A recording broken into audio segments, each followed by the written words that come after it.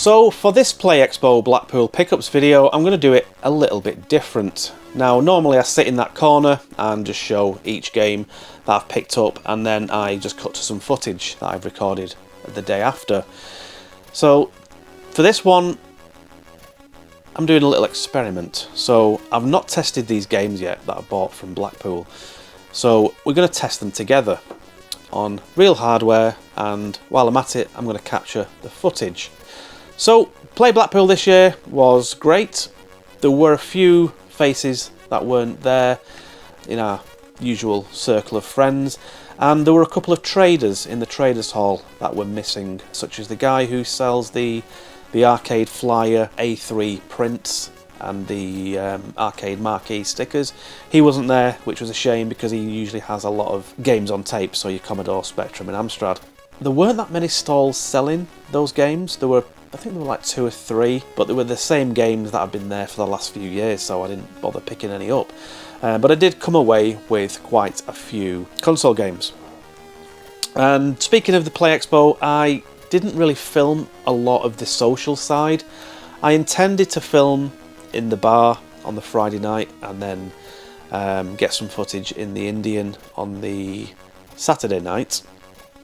But I just thought I just want to enjoy the evenings as opposed to just worrying about getting footage and maybe losing my camera because I'd had a few too many bitters. But yeah, I just ended up filming in the actual expo itself and the traders hall, and then the after party on the Saturday evening. So I'm going to start off by showing you what I got gifted, and the first one was from Roland Perry himself, the chief technician and designer of the Amstrad CPC, and it was this reprint of the original Amstrad advertisement or flyer, and that's double-sided, so I may get that framed at some point, put on the walls with my Bob Wakelin artwork. And the next thing I got gifted was from Aaron, aka Manshovel, who for the last 3 years has flown over from Syracuse in America just to be at Play Blackpool. And it's a game that was on my list that I wrote in February for Leeds Gaming Market. I'm still hunting. I think it's 3 games left on the list. And this is one of my grails. I first played this 10 years ago, the first time I went to Play Blackpool, and I was like, what the hell is this? It is nothing like its NES's counterpart, so I knew I had to have it, and that is the Japanese Star Wars for the Famicom. And he said if this was cheaper for him to get this shipped from Japan to the US than it would be for me in the UK to get it. And it's complete with the manual and the little stickers and all the it's like a little advertisement, like a product catalogue there, and a warranty card. But yeah, great shape, great box, and I can't wait to fire up my Famicom and play that. I'll be inserting some footage somewhere on this screen. So yeah, I was blown away when he gave me that. I think I just got him a t-shirt and a stick of rock from Scarborough and a magnet, but I did end up giving him some unboxed Master System games to make up for it, because that was like an epic gift. So thanks Manshovel for that.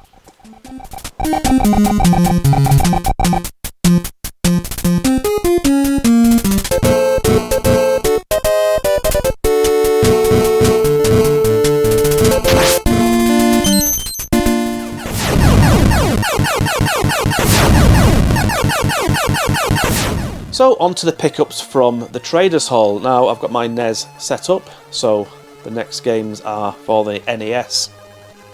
And like I said in my Paris Game Hunt video, I think it was the second part, I don't tend to buy boxed NES games because they're either too battered or too expensive. So I don't mind having unboxed NES on my shelf because they all look nice and uniform with the names of the game on show.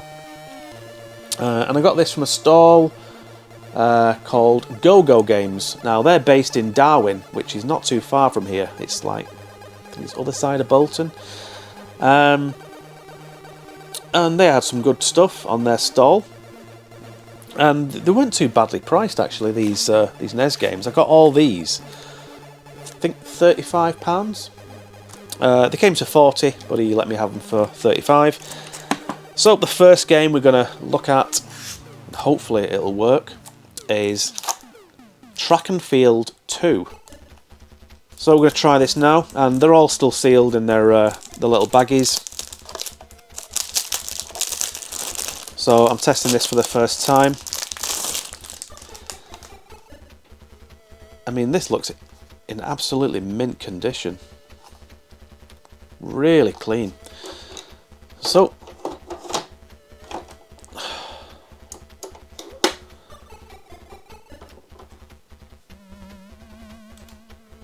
and just like that, straight away it works. So let's give this a go.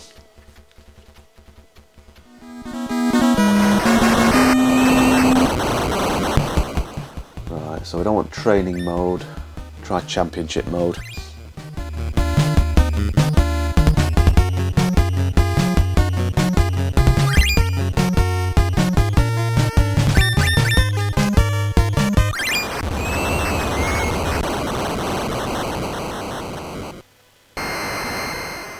Oh, nice little animation there of a plane landing somewhere.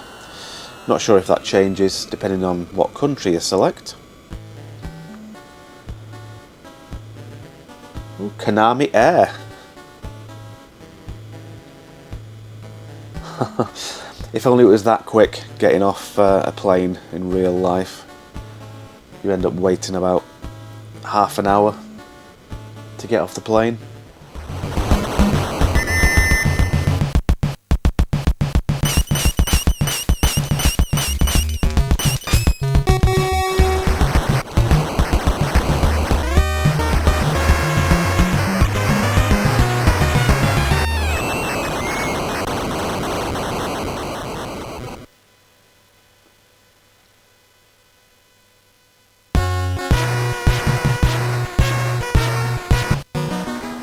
Well, that's a nice big sprite.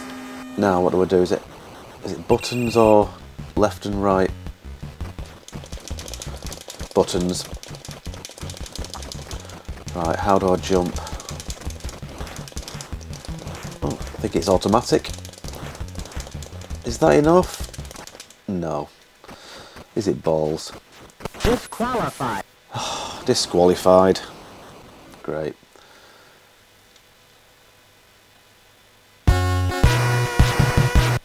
On your mark. Get set.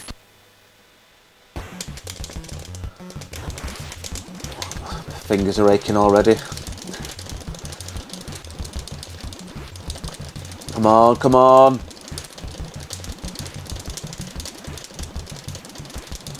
Nearly there.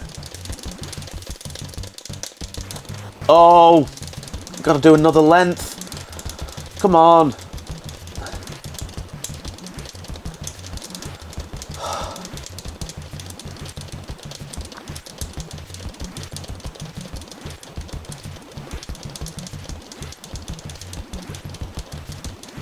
Oh, second behind him.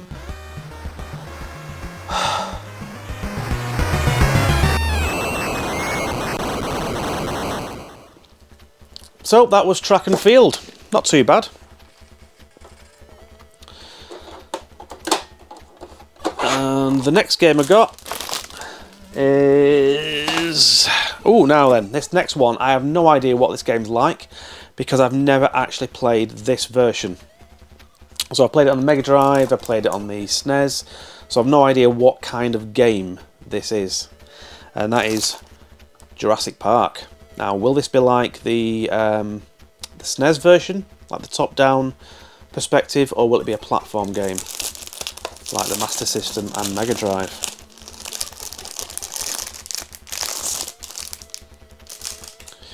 And again, pretty nice cartridge. But will it work first time like Track and Field?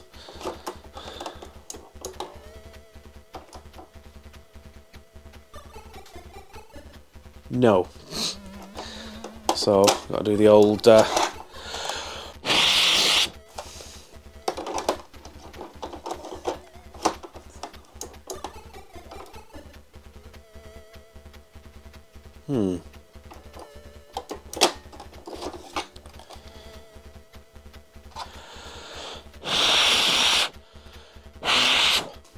Very temperamental, these old carts.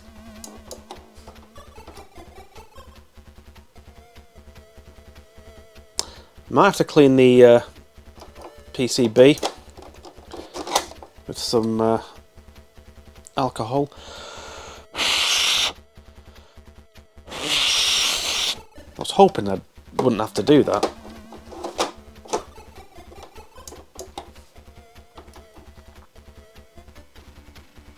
There we go.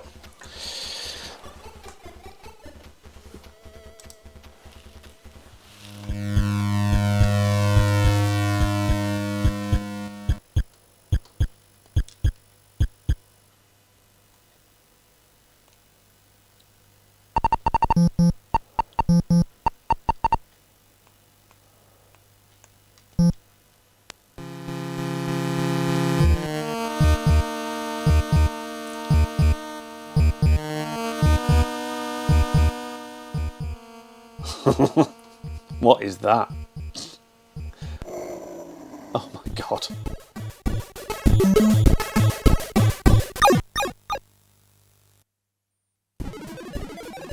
Ah, right, so it's like the SNES version, but obviously scaled down.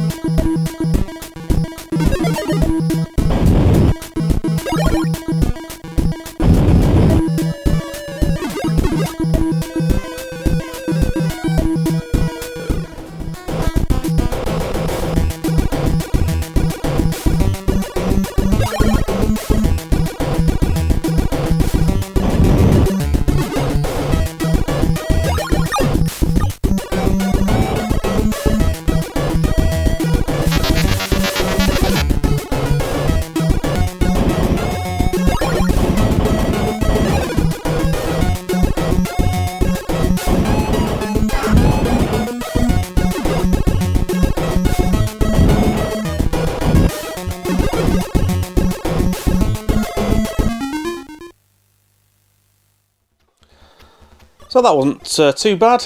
Like I said, it's like a scaled down version of the SNES game. So I'll probably download the manual and see what the hell to do, because I wasn't sure if you can go in those buildings or not. Now this next game, I wasn't sure what kind of game this was, because in the arcade it's like a side-scrolling shoot-'em-up like Silkworm, and on the Commodore Spectrum and Amstrad it's not the best game. I mean, I loved it on the Commodore 64 just for the music. So the guy got a video up on his phone, and it turns out it's a side-scrolling shoot-'em-up, and that is Airwolf, based on the TV series. And will this work first time? Something rattling inside there.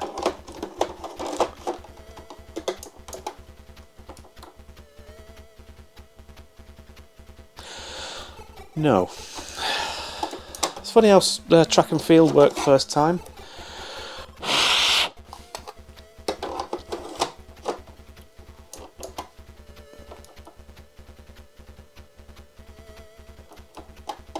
But with a lot of perseverance and patience,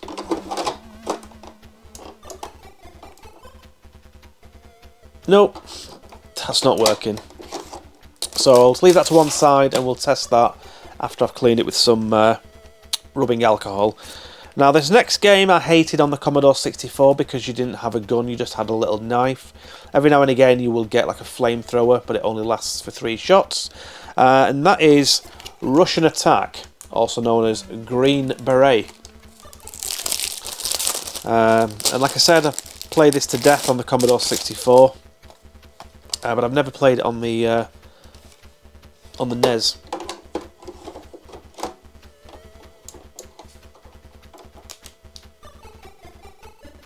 Ah, there we go. Oh. So that worked first time. Let's give this a go.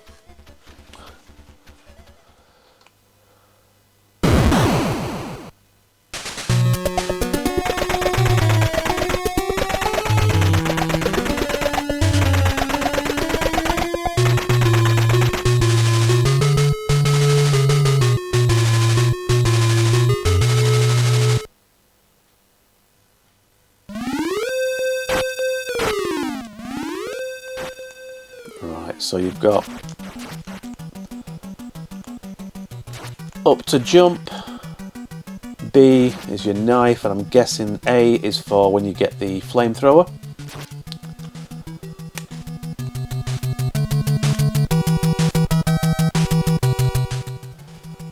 I must admit it's a lot easier than the Commodore 64 version and the arcade. I was expecting the difficulty to be ramped up for the NES. Will I get to the boss? Somewhere around here, I think. Oh, for the love of God. Alright, so it's just starting me from there.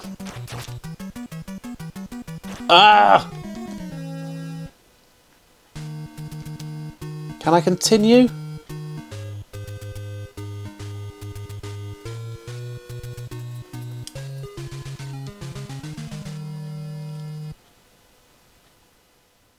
No. Maybe I can continue on the next level, hopefully. So yeah, I spoke too soon when I said it was easier than the Commodore 64 version.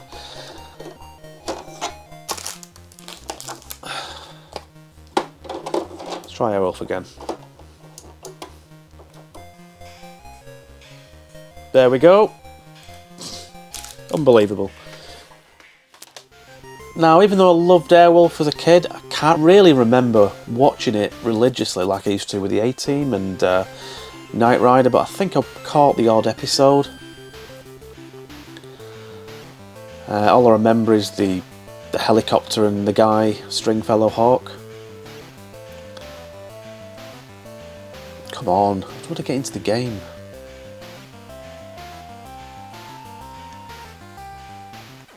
Ah, right.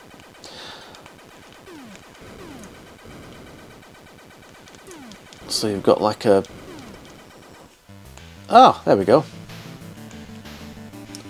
Oh. I thought it was like a side-scrolling shoot 'em up then. Right, so you've got rockets and machine guns, a bit like Afterburner.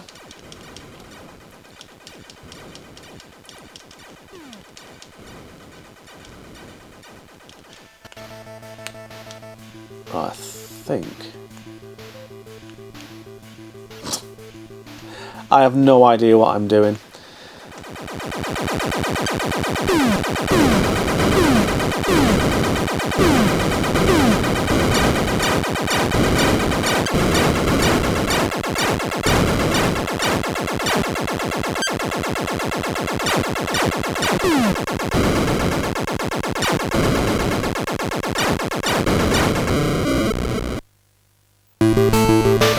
Nope, haven't got a clue what I'm doing.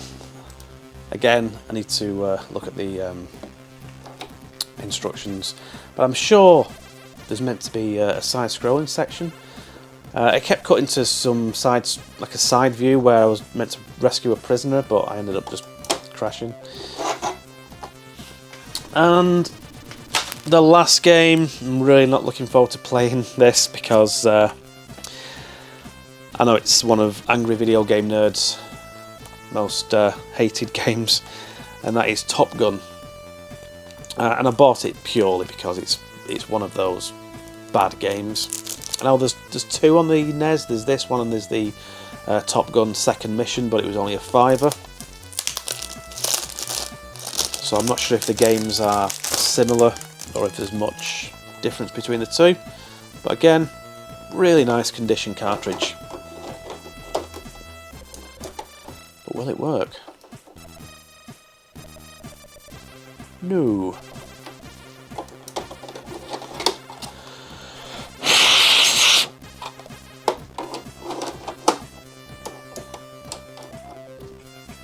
There we go.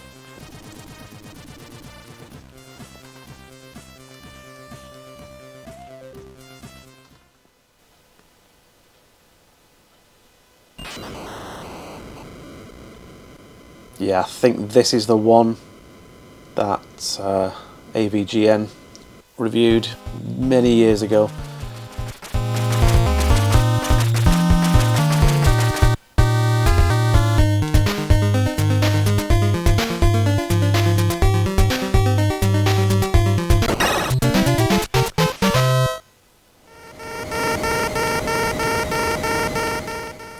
I just want to get to the bit where you land on the aircraft carrier to see if it really is that difficult.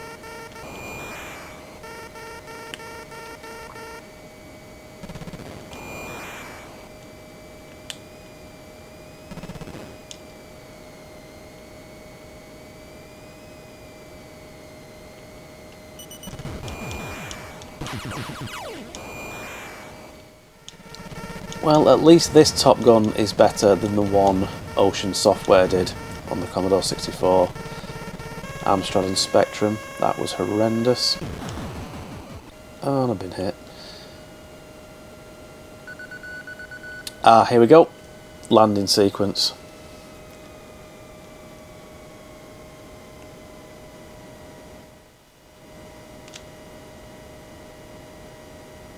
Right, so it's A and B to speed up and slow down. Oh, up, up, up.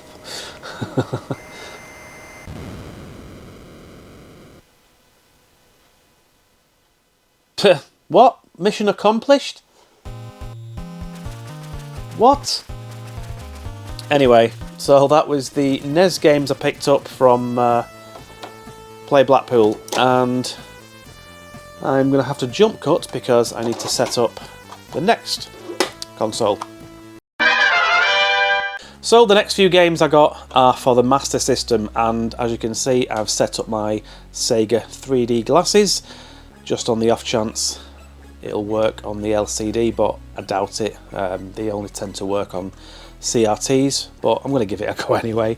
And this game I've been after for quite some time. Every time I find it, it's always missing the instructions, and my wife bought me this for my birthday, and it's in really good shape, and that is Outrun 3D. Now I have got the original Outrun on the Master System.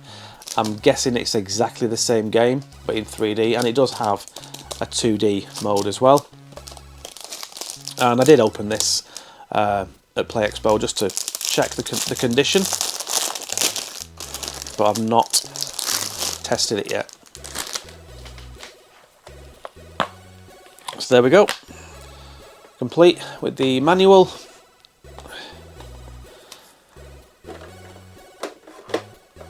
And this is quite expensive, so I'm hoping it does work.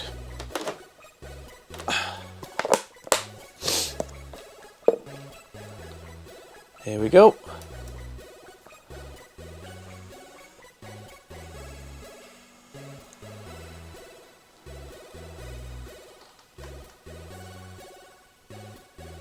Software error. Oh God. Okay. Let's just reset. Isn't working for some reason.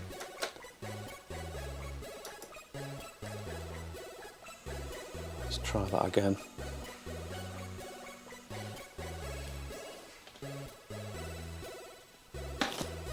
Nope.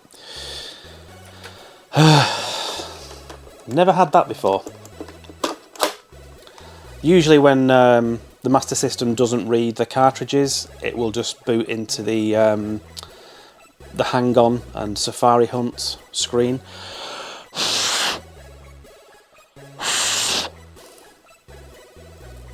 Something rattling in there as well. I hope it's not a capacitor or something.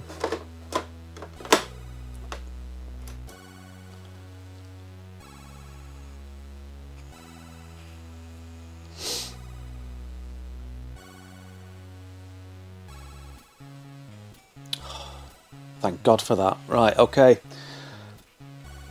Let's see if these glasses work on this screen. I doubt it.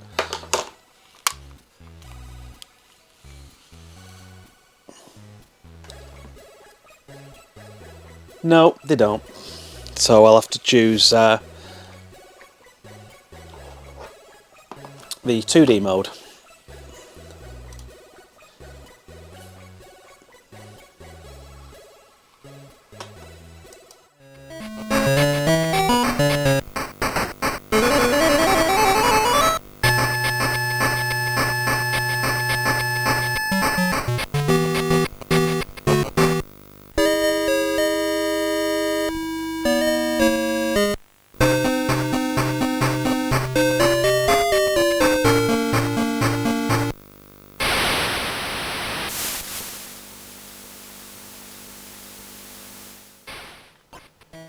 Yeah, I've no idea how to get the 2D mode on. There's nothing on the option screen. But this is like really trippy. Right, I'll have to stop this and check the instructions. Yeah. Right, let's check the instructions. Aha! There we go. That's better.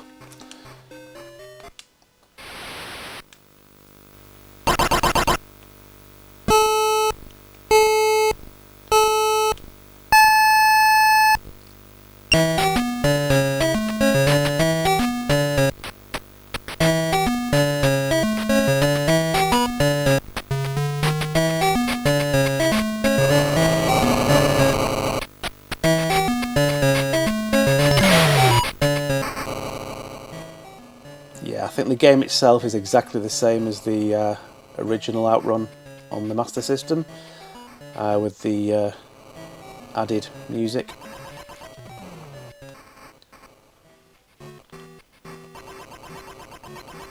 What?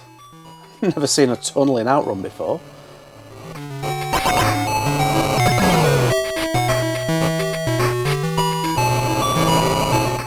I don't think any of the other courses in the arcade have tunnels. I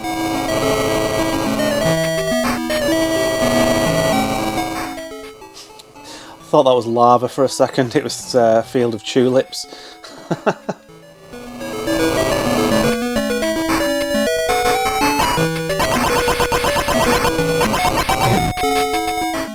And we'll leave that there.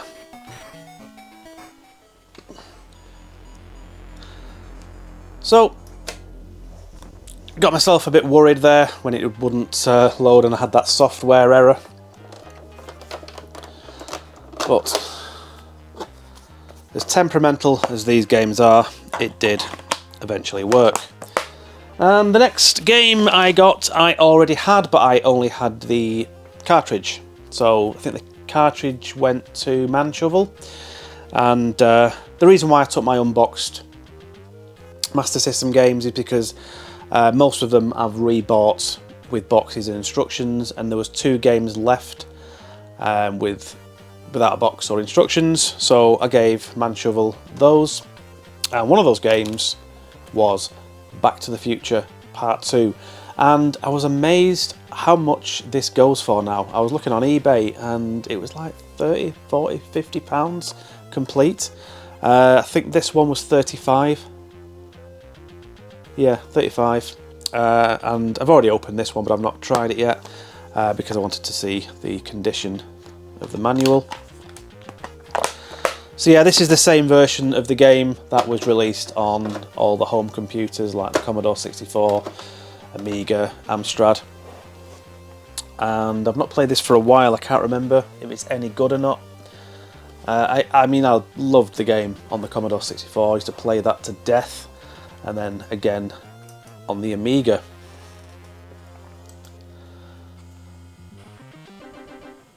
But I've not played it that much on the Master System. And here we go.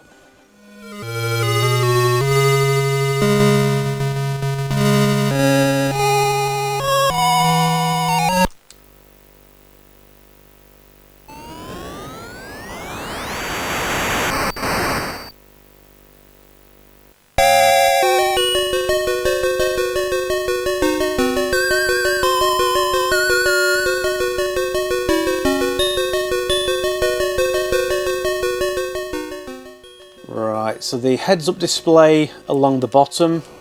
What? So the heads-up display along the bottom isn't as impressive as the home computers. It's just got your score and your energy. Oh, the controls feel very, very loose in comparison to the what? Yeah, the controls feel very loose in comparison to the say the Commodore. What the hell? Commodore 64 and all the other computers. Do I have to just keep jumping over them? Let's go over here.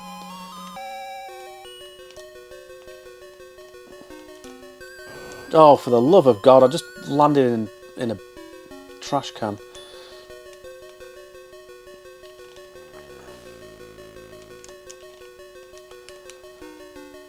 So from what I remember, you can't hit Griff, but you can hit his gang members. So that's Griff there with the baseball bat.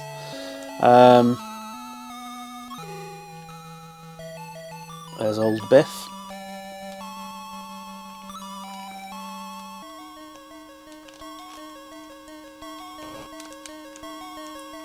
Get away from me.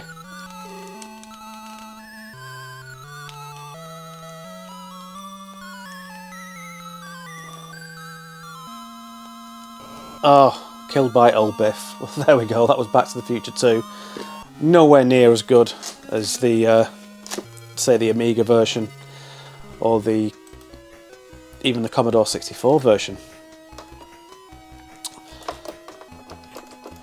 It still looks okay though, but the Amiga version's got more detail, especially on the shops, like the Blast from the Past antique shop and the Cafe 80s. Now this next game, I bought it purely because of the cover, because it's got that minimalistic artwork that I love. So the very early Master System games had this almost childlike look to them, and I just think it's just got a lot of charm to it, and it's a sports game, but I'm not really bothered about playing it. It's just something for the collection because, like I said, I love that minimalistic artwork, and that is Great Basketball. Now these next two, I haven't even opened, so I'm hoping the manuals are inside. Does feel like they got something more than just the cartridge in there. How much was this? £8. They had, I think it was Great Baseball, but I think that was like 15, maybe £20. Yes, it's got the manual.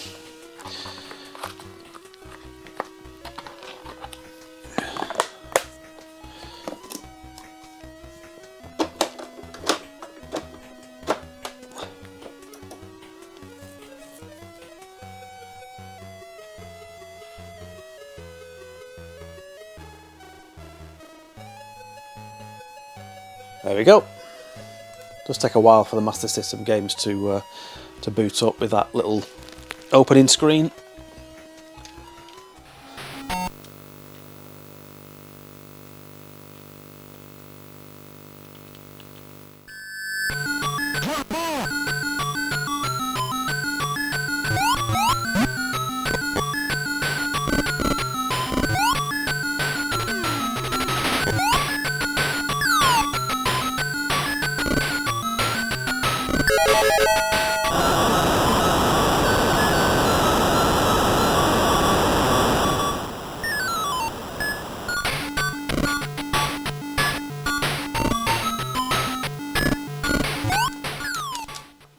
Yes!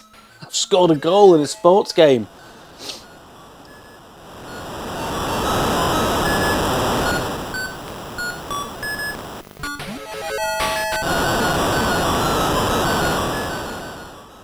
So I'll leave it there. Sorry, Man Shovel. The US lost against Canada. So yeah, that was Great Basketball.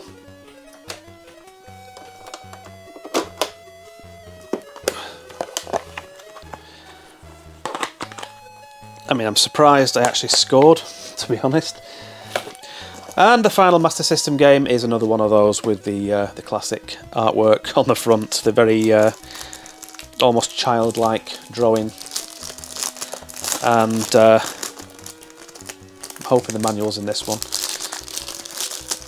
So this was £15, and I'm not sure if it's a beat 'em up or a side scroller. You know, it does look like a one-on-one fighting game like Yi Kung Fu, and that is Black Belt. I think the manual is in there. Yep. It does have a dirty cartridge though. Oof. Right.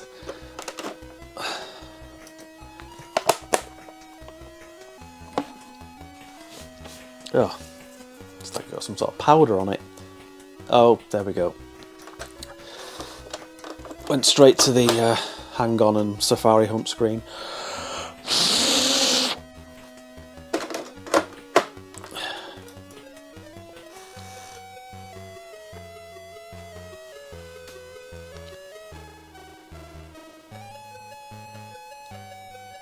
Gonna work? Yes.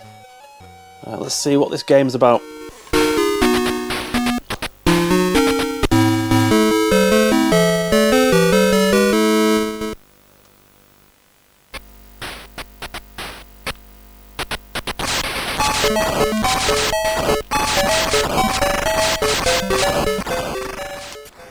I like how the enemies explode when you hit them.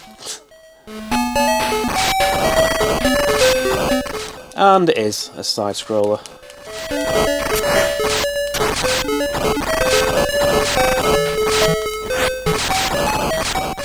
So it's very reminiscent of Kung Fu Master. But the enemies are relentless. This is not a bad game at all. Like the My Hero game was so frustrating with the one-hit kill,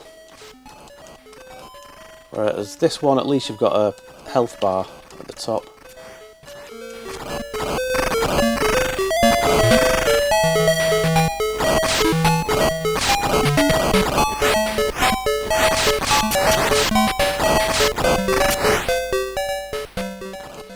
So I would say this is kind of a cross between Kung Fu Master and Yi Kung Fu, especially with that guy then with the pole. Not sure how I'm meant to get them things unless you have to... Is there a way of jumping higher?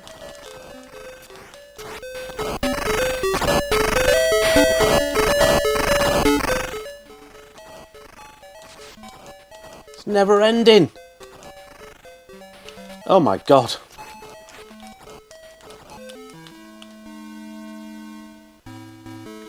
Killed by a fat man.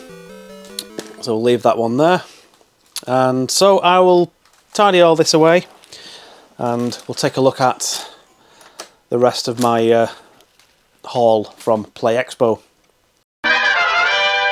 So that's the game captures out of the way, and now to the last few things I picked up from Play Blackpool. And one of the last things I'm showing you is the first thing I picked up, which is the Quickshot 2 Turbo.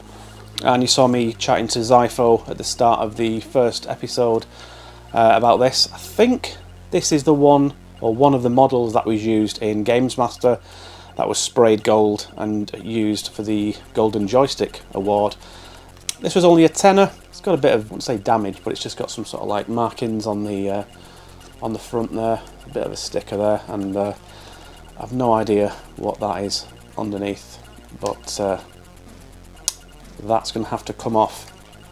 So I'm either going to use some lighter fluid for that, and if that doesn't work, I'll use a magic eraser. So that was another joystick to my collection, and we'll take a look at the autographs I got from Jonathan Dunn and Roland Perry. So after their talks, they stay behind for photos and autographs. So some people took their Amstrad CPCs in to get Roland to sign. I didn't want to take mine, I didn't want to risk it getting damaged, so I just took in the most famous of the Roland games, which is Roland on the ropes. I'll just take some B-roll footage of this close up so you can see the autograph in all its glory. And of course, Jonathan Dunn being the guy who did the Ocean Loader, and you may recognise his work from my title sequence. So I got him to sign 3 games that he worked on as the musician. One of them, however, was probably the worst game on the Commodore 64, Chase HQ. And I only found out he did the music for Chase HQ a few days before I went, so I took that along for him to sign. And probably the most famous track, due to the use of it in the Ariston advert, even though that was the Game Boy version, but I got him to sign my Commodore 64 Robocop. And finally, Platoon, which has a great soundtrack, and sometimes I just load this game up just to listen to the music. Anyway, that's them are the games I got signed from those 2 guys. Now, the final thing I haven't tested yet because I haven't got a power supply for it. 10 years ago, the first time I went to Play Expo, I bought a Famicom, and I was just using my SNES AC adapter. I shouldn't be doing that because it could slowly fry my Famicom. So I'm looking into it to see if there's any other alternatives. I believe you can use the Mega Drive AC adapter, but I might just buy one. Just buy a 9-volt AC adapter off eBay, because I need 2. One for the Famicom, and the other for the Famicom disk system. Now, this is something I've wanted for years, but never actually got round to getting one. I saw quite a few in France. In my Paris Game Hunt videos, there's one shop that had about 4 or 5 of them. But yeah, it's got the obviously it's got the box and the polystyrene. It was just missing the instructions. I did find that in my Famicom box, and that is just like a warning sheet telling you not to switch the console off or unplug anything while the light's blinking. So I'll just put that in there. And I know the Famicom disk system does take 6 C batteries, but I'd rather just plug everything in. It's even got the little cardboard piece of cardboard there for just securing everything in place during shipment.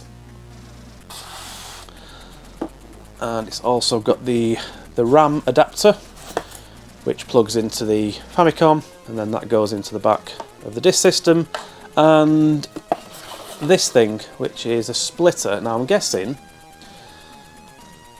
you can plug in one AC adapter into that end, and that goes into the Famicom disk system, and that other end into the Famicom. Although I'm not sure, because like I said, there's no instructions. I've looked at the instructions online, but there's no mention of that. So I think whoever refurbished this just threw that in. So I will try that with, if it's I think it's the same connection as the Mega Drive. Yeah, I might try that with a Mega Drive AC adapter. Let me know in the comments below if you think that is a bad idea.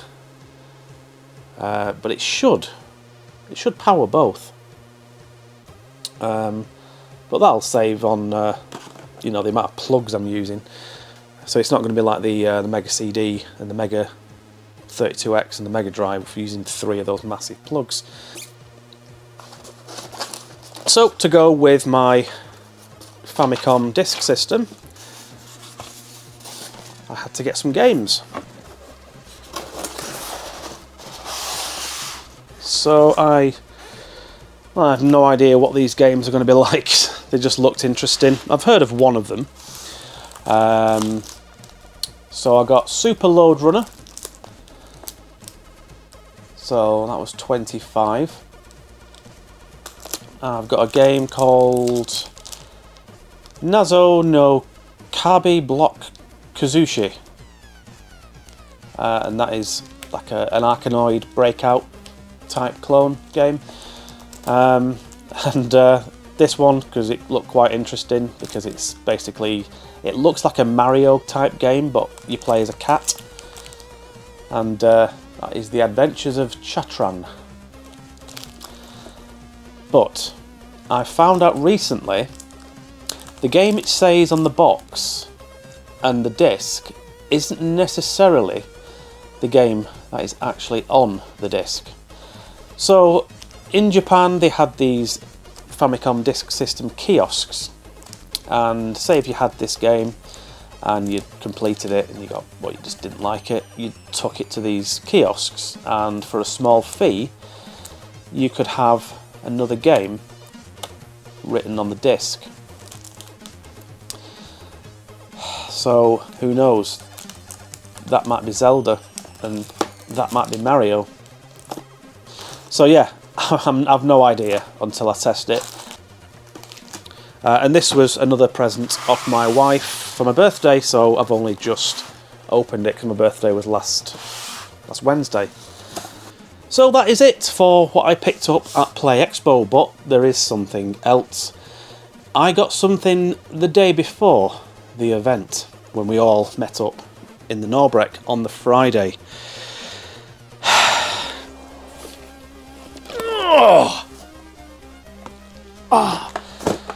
So, in this box is a ton of games from Steve from Retro and Lim. But these heavy hitters deserve their own video. And I got these for an absolute bargain. So watch out for that video. Anyway, thanks for watching, and I'll see you on the next one. Take care. Bye.